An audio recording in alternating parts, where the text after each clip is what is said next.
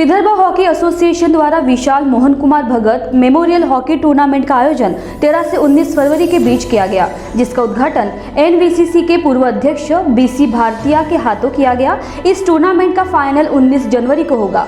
Corona काल के बाद खिलाड़ियों को मैदान में उतरने का मौका मिला, जिसके बाद खिलाड़ियों और आयोजकों में उत्साह है।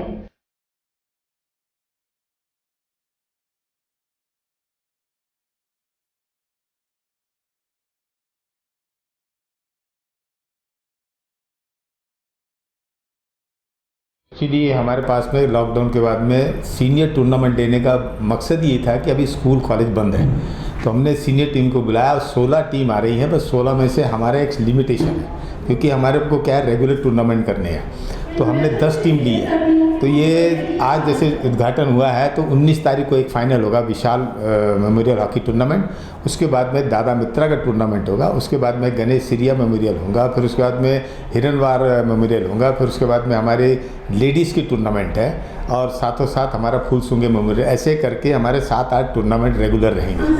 तो अब जब स्कूल कॉलेज चालू हो जाएंगे, क्योंकि हमको क्या प्रोडक्शन करने के लिए जूनियर सब जूनियर पर ज़्यादा ध्यान देना पड़ता है और मैं शुरू से देख रहा हूँ क्योंकि मैं 1962 से विदर्भ हॉकी से अटैच हूँ और यहाँ से बच्चों को ज़्यादा प्रोडक्शन मिले बाहर जाने खेलने का और नौकरी का और मार्क्स का, तो हम लोग बच्चों पे ज़्यादा ध्यान देते हैं। तो जैसे स्कूल कॉलेज चालू होंगे तो फिर जूनियर बच्चों का भी हम टूर्नामेंट ऑर्गेनाइज करेंगे।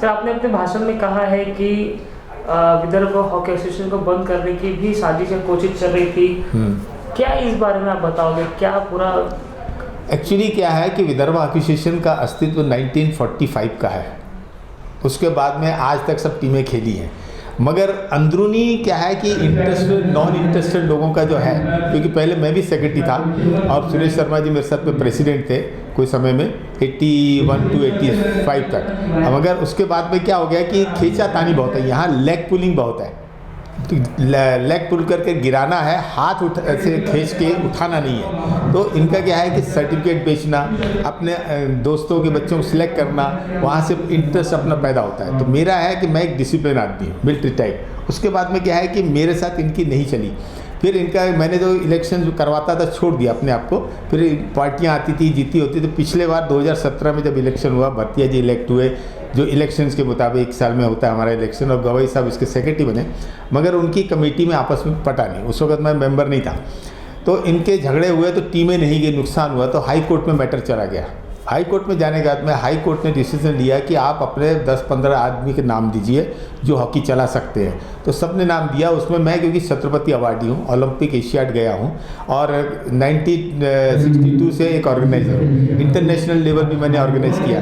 तो हाई कोर्ट ने मुझे एक्सेप्ट किया। उस वक्त मैं पंजाब में था बेसिकली। तो जब मैं वहाँ से यहाँ आया तो मुझे बोला कि आपने 4 संभालना, मगर यहाँ पैसे नहीं है, फंडिंग नहीं है, क्योंकि क्या है सोर्स ऑफ इनकम नहीं है। तो मैंने बोला इट इज़ नॉट पॉसिबल। फिर कुछ लोगों ने कहा कि हम आपको टूर्नामेंट के साथ देंगे, जैसे विवेक सिरिया, कुलदीप रेड्डी है, नोएल जोसेफ है, फ्रांसिस है, समझे क्या, यज्ञ ठाकुर, इन्होंने अपने पैसे जमा किए, अपने जो तनख्वाह मिलती है उसमें से टूर्नामेंट हमने 1 साल किया। फिर बाद में लॉकडाउन चालू हो गया, फिर बंद हो गया। मगर आज भी वो कोर्ट में जाते हैं कि सिद्धरा साहब हमको नहीं चाहिए। तो सिद्धरा साहब तो इलेक्ट नहीं हुए ना, इलेक्शन होगा। जैसे ही मैंने अभी लास्ट टाइम भी अभी 5 तारीख को डेट थी हमारी, फिर 10 तारीख को डेट थी हाई कोर्ट में, तो हाई कोर्ट ने कहा है कि फिर कौन चाहिए, बोले नहीं इनको इलेक्शन हटा दो। तो मैं तो हटने को तैयार हूँ, मगर हाई कोर्ट ने मुझे बिठाया। इलेक्टेड होता तो मैं हट जाता।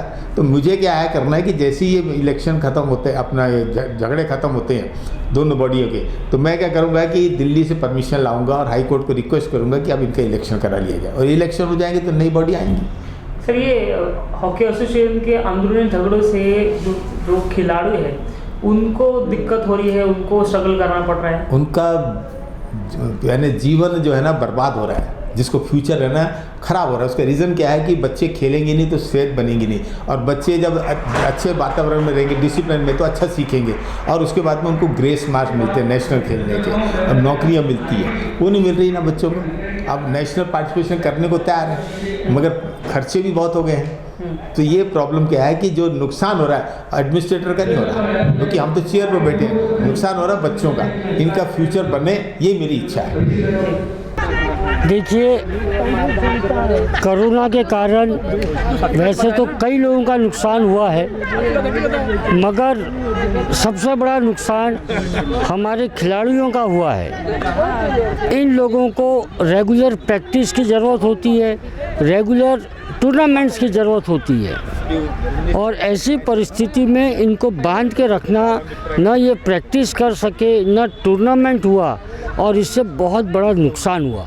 विदर्भ हॉकी एसोसिएशन से हमने इतनी मेहनत की हुई है, सब ग्राउंड बनाया है, मगर कहीं ना कहीं ये रुक गया। अब वापस खिलाड़ी आ गए हैं, इनको प्रोत्साहित करना है, इसीलिए इस प्रकार के टूर्नामेंट कर रहे हैं, और प्रोत्साहित करने के बाद नए बच्चे जुड़ें, इसके लिए हम काम कर रहे हैं। और एक बहुत सुखद घड़ी है जब मेरे खिलाड़ी, मेरे बच्चे वापस मुझे मेरे ग्राउंड पे दिख रहे हैं। चलिए, टूर्नामेंट की बात की जाए तो कितने टीम यहाँ पे आने वाली है, कब इसका फाइनल होगा? इसका फाइनल 19 तारीख का तय किया गया है। ये सीनियर डिवीज़न मैच है, तो सीनियर डिवीज़न की सारी टीमें इसमें खेलेगी। बच्चों को अभी इंक्लूड नहीं किया है, स्कूलें भी खुल जाएगी, वहाँ पर हो जाएगा, अभी परीक्षा का समय आ जाएगा, मगर आगे बच्चों को भी करेंगे, कोशिश करेंगे कि पिछले साल का जो नुकसान हुआ है वो बच्चे इस साल भरपाई करें। गर्मी के दिनों में भी हम सुबह और शाम, ऐसे 2 टाइम जब धूप कम रहती है, हम टूर्नामेंट्स करेंगे और एक बच्चों को फिर मौका देंगे कि वो आगे आए।